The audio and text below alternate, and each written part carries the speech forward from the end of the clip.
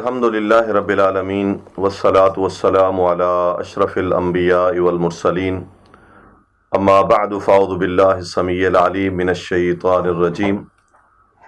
نام سپارے کی تفسیر انشاءاللہ آپ کے سامنے بیان کریں گے۔ اس کے ابتداء میں اللہ تعالیٰ نے شعیب علیہ الصلاۃ والسلام اور اس کی قوم کا تذکرہ کیا ہے۔ شعیب علیہ الصلاۃ والسلام عرب کے نبی ہیں اور یہ انبیاء میں سے خطیب نبی ہیں۔ اللہ تعالیٰ نے ان کو مدین کی طرف، مدین والوں کی طرف نبی بنا کر بھیجا، اور ان کی قوم کی بد خصلتوں میں سے ایک بد خصلت یہ تھی کہ وہ ناپ تول میں کمی کرتے تھے۔ شعیب علیہ الصلاۃ والسلام نے اللہ کے دین کی، توحید کی دعوت دی اور ان کے ان حرکات سے انہیں روکا، تو انہوں نے شعیب علیہ الصلاۃ والسلام کو تانے دیے، اور وہ تانا اس کی نماز کا تھا۔ کہنے لگے، اے شعیب اصلاتک تأمرک، کیا تیری نمازیں یہ کہتی ہیں کہ تو ہمارے ذاتی معاملات میں دخل اندازی کرے؟ اللہ تعالیٰ نے اس کو قرآن میں بیان کیا ہے۔ تو اس سے یہ بات بھی ثابت ہوتی ہے کہ بعض دفعہ اللہ تعالیٰ کے دین کی بات پر جو ہم فوراً بات بتانے والے پر تنقید کرتے ہیں، یہ انتہائی گھٹیا حرکت ہے۔ اللہ تعالیٰ کی بات کو سنیں اور اس کو اپنے کردار میں جگہ دیں اور اس کا احترام کریں۔ قوم شعیب علیہ الصلاۃ والسلام کی خیر کی بات پر اس کو تانے دینے لگی۔ بس مولوی صاحب تو نمازیں پڑھ، تیری نمازیں یہ کہتی ہیں کہ ہم اپنے مال میں اور اپنے معاملات میں تو دخل اندازیاں کرے، یہ اچھی بات نہیں ہے۔ اللہ تعالیٰ نے ان پر زلزلے کا عذاب بھی بھیجا، پھر اللہ تعالیٰ نے ان پر چیخ کا عذاب بھی بھیجا۔ تو محترم بھائیوں، یہ ناپ تول میں کمیاں، جنس دکھانا کیا، لینا کیا، دینا کیا، اور خود لینا تو پورا لینا اور کسی کو دینا تو کم کر کے دینا، ہمارے معاشرے میں ایک بہت بڑی برائی ہے، اور اس سے ہم سمجھتے ہیں شاید ہم اپنے رزق میں اضافے کر رہے ہیں۔ یہ حقیقت میں انسان اپنی بربادی کے سامان تیار کر رہا ہوتا ہے۔ ناپ تول میں کمی کا گناہ اس امت میں بھی بہت زیادہ ہے۔ ہم ریٹ کم دکھا رہے ہوتے ہیں، اور جب کوئی شخص ہم سے لینے آتا ہے تو ہم اس میں ریٹ کم دکھانے کے ساتھ ساتھ ہم اس کو جو چیز دیتے ہیں اس میں کمی کر دیتے ہیں اور پیسے پورے کر لیتے ہیں۔ تو یہ جو سلسلے ہیں لوگوں کے مال کھانے کے، یہ حقیقت میں اپنی بربادی کا سامان ہے۔ اس طرح کے رزق سے اللہ تعالیٰ برکتیں اٹھا لیتا ہے، اور اس طرح کا رزق بعض دفعہ بڑی بڑی نحوستوں کا پیش خیمہ بن جاتا ہے۔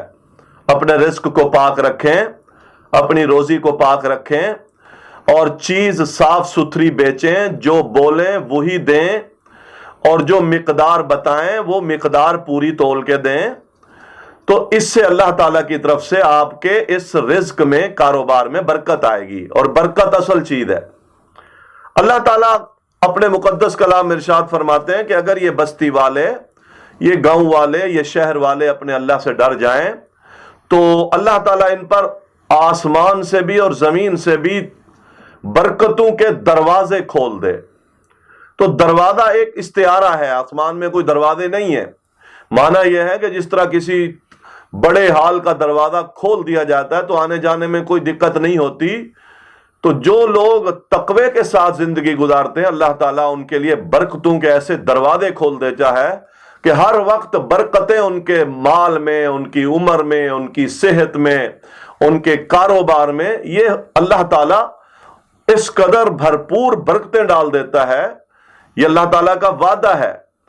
تو اس لیے محترم بھائیوں، اپنے اگر ہم کاروبار کو بابرکت بنانا چاہتے ہیں تو پھر جھوٹ چھوڑ دیں، اس سے بھی برکت نکل جاتی ہے۔ رسول اللہ صلی اللہ علیہ وسلم فرماتے ہیں جب دو بیچنے والے اور خریدنے والے آپس میں ایک دوسرے سے بات کرتے ہیں اور جھوٹ بولتے ہیں تو اللہ تعالیٰ ان کے اس بیچنے اور لینے سے برکت اٹھا لیتا ہے۔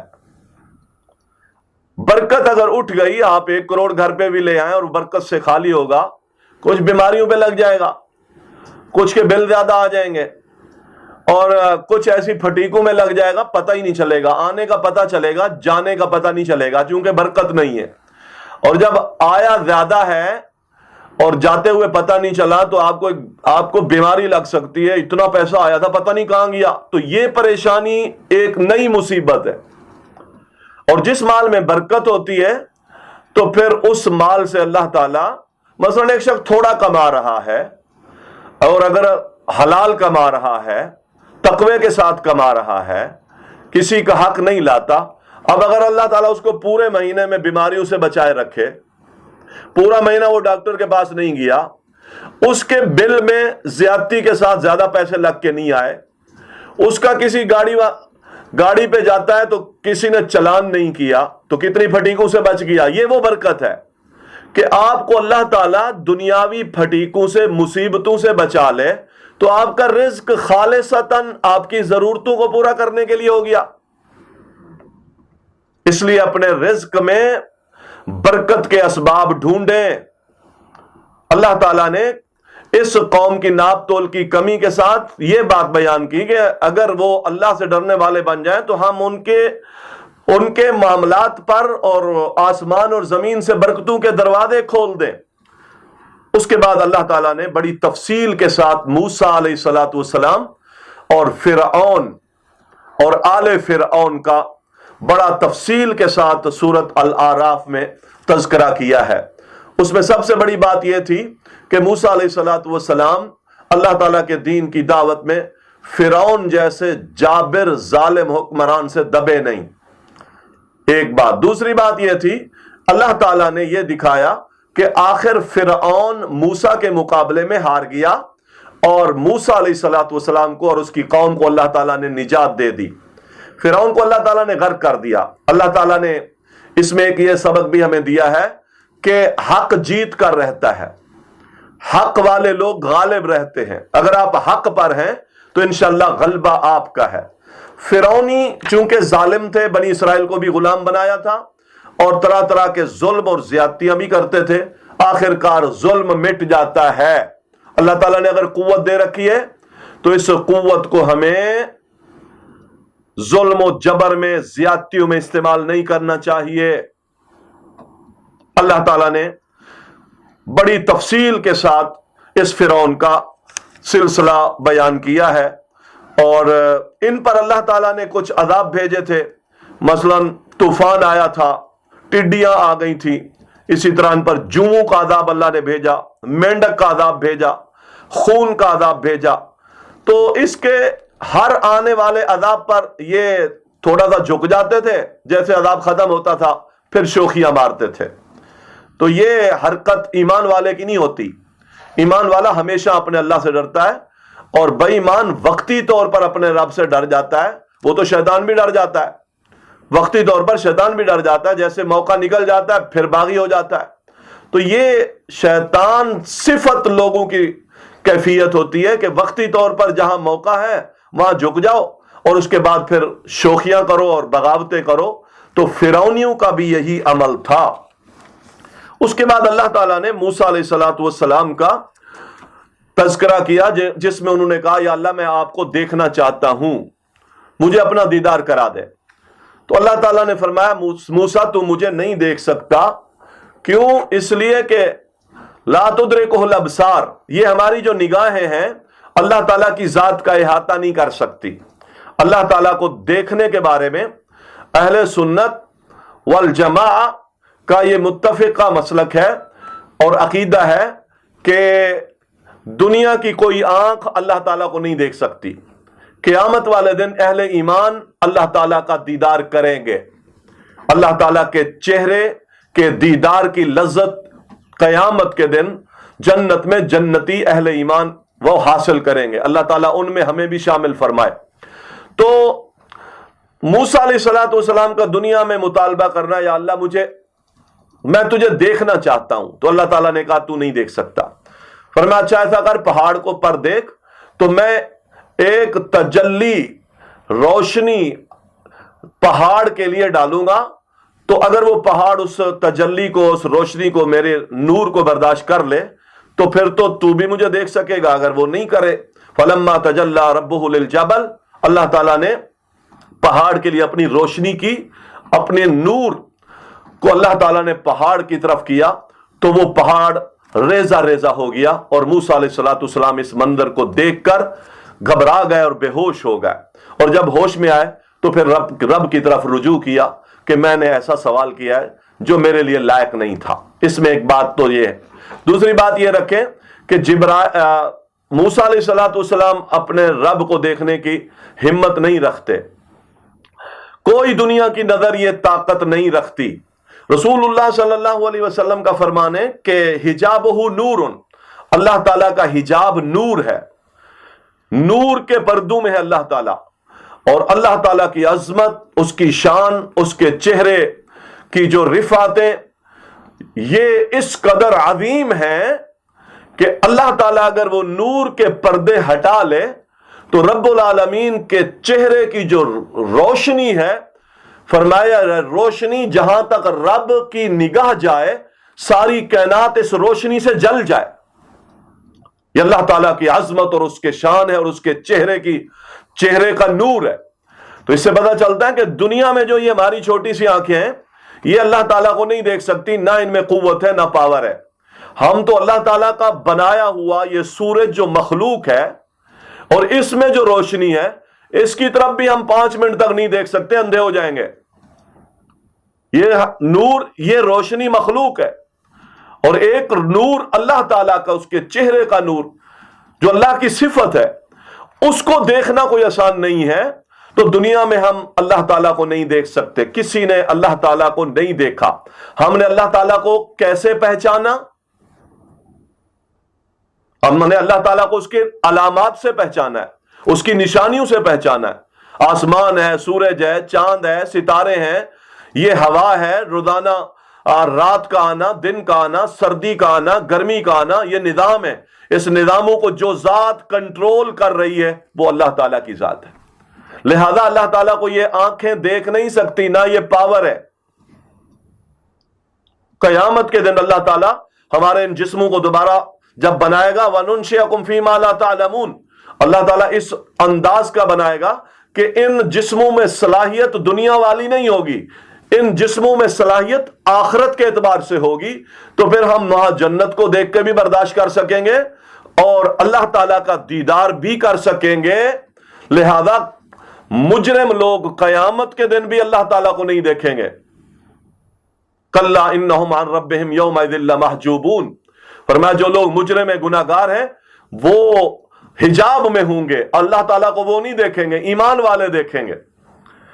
تو محترم بھائیوں، ہمارے ہاں تو ایک عقیدہ عجیب سا بنا ہوا ہے۔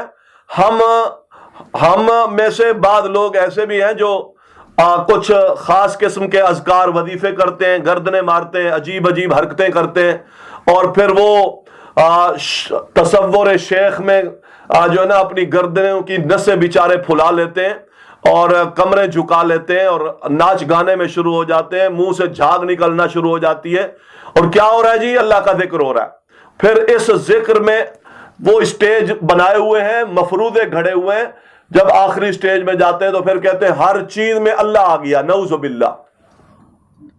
پھر کہتے ہیں ہر چیز میں اللہ نظر آتا ہے، پھر یہاں تک کہ اللہ ہم میں آ گیا، میرے اندر جی اللہ آ گیا ہے، میں اللہ میں چلا گیا ہوں، نعوذ باللہ من ذالک۔ اس طرح کے یہ جو عقیدے ہیں، لوگوں کو ہر چیز میں اللہ نظر آتا ہے، اللہ کی ذات عرش پر ہے، اور عجیب عجیب پھر اس کے لیے انہوں نے تحریریں اور عجیب عجیب قسم کے جو ہے وہ باتیں گھڑ رکھی ہیں، جس میں اللہ تعالیٰ کی عظمت کو گھٹانے کی انہوں نے کوشش کی ہے، نعوذ باللہ من ذالک۔ اس طرح کی باتیں کتاب و سنت سے ان کا کوئی تعلق نہیں۔ قرآن و سنت کا عقیدہ یہ ہے کہ اللہ تعالیٰ کی ذات، وہ دنیا کی کوئی نظر ان کو احاطے میں نہیں لا سکتی۔ آخرت میں اہل ایمان اللہ تعالیٰ کا دیدار کریں گے۔ بیٹھے بیٹھے ایک حضرت صاحب کہنے لگے، عجیب عجیب حرکتیں کرتے ہو، کہتے میرے اندر اللہ آ گیا۔ ایک بزرگ ان کے ساتھ بیٹھے ہوئے تھے، تو ایک تنکا انہوں نے توڑ کر دے دیا، بول رہا ہے تیرے اندر بڑی پاور آ گئی ہے نا، اللہ آ گیا ہے، تو ایسا کر اس تنکے کو جیسے پہلے تھا اسی طرح اس کو جوڑ دے، تو مبہوت ہو گیا۔ ایک تنکا تو ہم جوڑ نہیں سکتے اور کہتے ہیں ہمارے اندر اللہ آ گیا ہے، ہر چیز میں اللہ ہے، تو یہ عقیدہ صحیح نہیں ہے، یہ عقیدہ ٹھیک نہیں ہے۔ رسول اللہ صلی اللہ علیہ وسلم پر جب وحی نازل ہوتی تھی تو آپ صلی اللہ علیہ وسلم جس سواری پر سوار ہوتے تھے، وحی کے بوجھ سے وہ سواری اپنی گردن زمین پہ رکھ دیتی تھی۔ مسند احمد کی حدیث ہے، اتنا بوجھ ہے وحی کا، اتنا بوجھ ہے نبی اسلام پر وحی کا جب نزول ہوتا تھا۔ صحابی کہتے ہیں کہ وحی نازل ہوئی، نبی علیہ الصلوۃ والسلام کے ران آپ کی ٹانگ میری ٹانگ پر تھی، تو مجھ پر اتنا بوجھ پڑا اس وحی کے دوران میری ٹانگ پر، ایسے معلوم ہوتا تھا کہ میری ٹانگ کو کوئی کاٹ رہا ہے۔ تو محترم بھائیوں، یہ تو ایک وحی کا بوجھ ہے، وحی کا بوجھ ہے، اور ہم کہتے ہیں ہمارے اندر اللہ آ گیا۔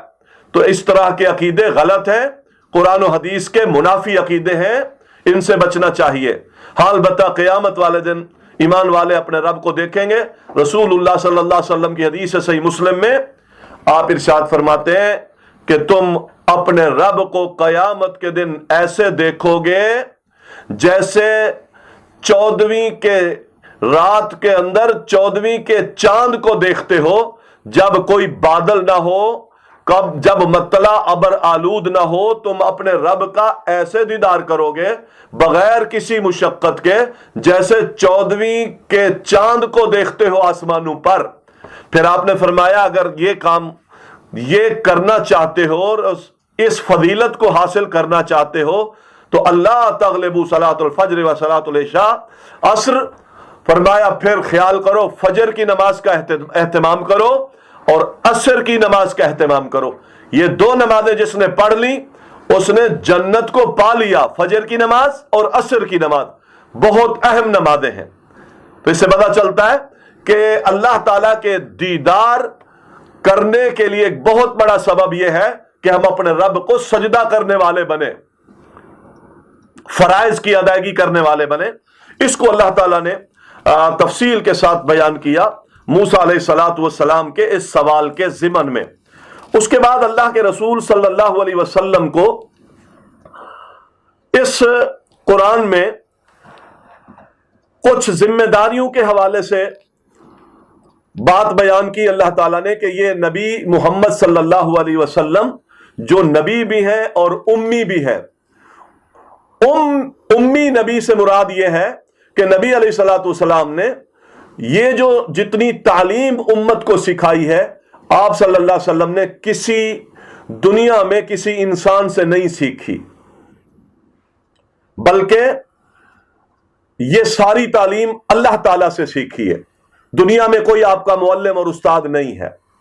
اور ایک بات، دوسری بات یہ ہے، یہ سب سے بڑا معجزہ ہے نبی علیہ الصلوۃ والسلام کا کہ آپ نے دنیا میں پڑھنا لکھنا نہیں سیکھا، لیکن آپ کے پاس جو علم ہے ساری کائنات کے پڑھے لکھے بھی اس علم کا مقابلہ نہیں کر سکتے۔ یہ شان ہے محمد الرسول اللہ صلی اللہ علیہ وسلم کی۔ اب کام کیا کرتے ہیں؟ فرمایا نیکی کا حکم دیتے ہیں، برائی سے روکتے ہیں اور ان کے لیے پاکیزہ چیزیں حلال کرتے ہیں اور ان پر ردی اور خبیث چیزیں حرام کرتے ہیں۔ بنی اسرائیل پر بہت ساری چیزیں جو حرام تھیں اللہ کے رسول نے ہمارے لیے حلال کی۔ اونٹ کا گوشت بنی اسرائیل نہیں کھاتے تھے، ہمارے لیے حلال کر دیا۔ اونٹ کا دودھ نہیں پیتے تھے، اونٹنی کا، ہمارے لیے حلال کر دیا۔ اسی طرح بہت ساری خبیث چیزیں حرام کر دیتے ہیں، مثلا شراب ردی چیز تھی، خبیث چیز تھی، ہمارے اوپر اللہ کے رسول صلی اللہ علیہ وسلم نے حرام کی۔ اسی طرح وَيَضَعُ عَنْهُمْ إِصْرَهُمْ، نبی علیہ الصلوۃ والسلام نے جو دین دیا ہے وہ بہت آسان ہے۔ یہ الگ بات ہے کہ یہ دین آسان تھا، ہمارے اہل علم نے اس کو اتنا مشکل کر دیا کہ لوگوں کی گردنیں پکڑ کے انہوں نے اپنی بغلوں میں رکھ لی کہ جو مولوی کہے گا، جو عالم کہے گا، بس اسی کو ماننا ہے، اسی کے آپ پابند ہے، ادھر ادھر نہیں جانا اور پوچھنا بھی نہیں، سوال بھی نہیں کرنا۔ دین بڑا آسان تھا لیکن اس کو مشکل بنا دیا۔ اللہ کے نبی صلی اللہ علیہ وسلم اس امت پر پڑے ہوئے بوجھ کو بھی ہٹاتے ہیں۔ مثلا بنی اسرائیل میں اگر کوئی عورت اپنے ایام سے ہو جاتی تھی، اس کے ہاتھ کا کھانا نہیں کھاتے تھے، پانی نہیں پیتے تھے، اس کے ساتھ اٹھتے بیٹھتے نہیں تھے، لیکن اسلام نے یہ بوجھ اس امت سے پہ نہیں رکھا۔ عورت اپنے ایام میں ہے، فرمایا وہ ایک بیماری ہے، بس اس کے علاوہ آپ اس کے ساتھ کھا لیں پی لیں، وہ آپ کو روٹی بنا کے دے رہی ہے، پانی دے رہی ہے۔ نبی صلی اللہ علیہ وسلم کے بارے سیدہ عائشہ کہتی ہے کہ میں ہڈی چوستی تھی اور میں اپنے ایام میں ہوتی تھی تو نبی علیہ السلام کو دیتی تھی اور آپ وہیں سے منہ لگا کر اس ہڈی کو چوستے تھے۔ تو یہ بوجھ جو ان امتوں نے اپنے اوپر لاگو کیے تھے، یہ بوجھ ہٹا دیے رسول اللہ صلی اللہ علیہ وسلم نے۔ اسی طرح سابقہ امتوں میں جس عورت کا شوہر مر جاتا تھا، اس کا مال لے لیا جاتا تھا، اس کو وراثت میں تقسیم کر دیا جاتا تھا۔ بعض دفعہ ایسا بھی ہوتا تھا کہ یہودی تو اس کو گھر سے باہر نکال دیتے تھے، زمانہ جاہلیت میں لوگ ان کو گھر سے باہر نکال دیتے تھے، کہیں جنگلوں میں جھونپڑے میں پڑی رہتی تھی، سال بھر اس سے تعلق ختم کر دیتے تھے۔ اب اس کا شوہر فوت ہوا ہے، تو اس طرح کی جو بیکار قسم کی پابندیاں تھیں وہ ہمارے اسلام نے ہم سے دور کر دی۔ مثلا سابقہ امتوں میں نماز کے لیے عبادت خانے میں آنا پڑتا تھا، اس امت میں یہ آسانی کر دیا، آپ جہاں کہیں بھی ہیں، نماز کا وقت ہو گیا، ساری مسجد آپ کے لیے پاک ہے، ساری زمین آپ کے لیے پاک ہے، آپ جہاں چاہیں نماز پڑھ لیں۔ تو اسی طرح بہت سارے اور بھی مسائل تھے جو بوجھ تھے ان امتوں پر، تو محمد رسول اللہ صلی اللہ علیہ وسلم نے اس شریعت کے اندر اس امت سے وہ سارے بوجھ ہٹا دیے، اور پس ایمان والوں کو چاہیے کہ اس نبی صلی اللہ علیہ وسلم کی نصرت اور اس کی توقیر کریں اور اس کو مضبوط کریں اور اس نور کی اتباع کریں جو نور اللہ تعالیٰ نے اس نبی پر نازل کیا ہے۔ اور وہ نور کیا ہے؟ وہ اللہ تعالیٰ کا قرآن ہے۔ اللہ تعالیٰ کے قرآن کو فالو کریں اور اس محمد الرسول اللہ صلی اللہ علیہ وسلم کی توقیر کریں اور آپ کے دین کو مضبوط کریں۔ اسی طرح اللہ تعالیٰ نے کچھ بنی اسرائیل پر پابندی لگائی تھی، ہفتے کے دن شکار نہیں کرنا، اور انہوں نے ہفتے کے دن شکار تو نہیں کیا، لیکن ہفتے کے دن مچھلیوں کو بہرحال انہوں نے ایک گڑھوں میں بند کیا اور اتوار والے دن شکار کیا۔ اللہ تعالیٰ نے ان کو بندر بنا دیا اور سور بنا دیا۔ اس میں اللہ تعالیٰ نے یہ مسئلہ بیان کیا کہ یہ ہٹ دھرم تھے، اللہ تعالیٰ کی بات کو رد کرنے میں ہیلے کرتے تھے، بہانے کرتے تھے۔ تو محترم بھائیوں، اس ہیلے کرنے کی وجہ سے اللہ تعالیٰ نے انہیں سخت سزا دی کہ اللہ نے انہیں بندر بنا دیا۔ ایک بات، دوسری بات یہ ہے، نبی علیہ الصلوۃ والسلام فرماتے ہیں کہ ان پر اللہ تعالیٰ نے چربی کو حرام کیا تھا، تو پھر بھی انہوں نے ہیلا کیا۔ ہیلا کیا کیا کہ چربی کو پگھالا اور اس چربی کو پگھال کر کے اس کو بیچا اور اس کی قیمت کھا گئے۔ لعن اللہ الیہود، قاتل اللہ الیہود، اللہ ان پر لعنت کرے کہ اللہ نے ان پر چیز حرام کی تھی تو انہوں نے ہیلوں سے حلال کر لی۔ تو محترم بھائیوں، یہ ہیلے اللہ کے حکم کو، حلال کو حرام اور حرام کو حلال کرنے کے، یہ آج امت مسلمہ میں بھی بڑے زور شور سے جاری ہیں، یہاں تک کہ بعض ہمارے مسلمان فرقوں میں باقاعدہ ہیلے کرنا سکھائے جاتے ہیں۔ زکوٰۃ سے کیسے بچا جاتا ہے، روزے سے کیسے بچا جاتا ہے، شفا زمین کے معاملات میں شفا کوئی نہ کر سکے آپ پر، اس سے کیسے بچا جاتا ہے، ہیلوں کے ساتھ باقاعدہ دین چلایا جاتا ہے۔ تو اللہ تعالیٰ سے ہمیں خوف کرنا چاہیے، اللہ کے حکم کو بغیر چوں چرا کے، بغیر کسی ہیلے بہانے تراشنے کے اسی طرح ہمیں تسلیم کر لینا چاہیے، ورنہ اللہ تعالیٰ کے عذاب سے ڈرنا چاہیے۔ اور ایک بات یہاں یہ بھی ثابت ہوئی کہ جس چیز سے آپ بچنا چاہتے ہیں یا جس چیز سے آپ رکنا چاہتے ہیں، یاد رکھیں آپ نے جس گناہ سے بچنے کا عزم کیا ہے، اس گناہ کے کرنے کے مواقع آپ کے سامنے زیادہ آتے ہیں۔ آپ اس وقت اللہ سے توفیق مانگیں کہ اللہ میں نے اس گناہ سے بچنے کے لیے تو اس سے وعدہ کیا ہے اور اس کے مواقع زیادہ آ رہے ہیں، مثلا آپ حرام نہیں کھانا چاہتے، حرام کھانے کے مواقع زیادہ آئیں گے. ایک شخص فحاشی اور یعنی بے حیائی سے بچنا چاہتا ہے، موقع زیادہ ملیں گے. تو اس وقت اس سے بچنا اصل تقوی ہے. اللہ تعالیٰ سے دعا ہے اللہ تعالیٰ ہمیں تقوی والی اور ایمان والی زندگی عطا فرمائے اور کتاب و سنت کے مطابق ہمیں عمل کرنے کی توفیق عطا فرمائے. وما علینا الا البلاغ.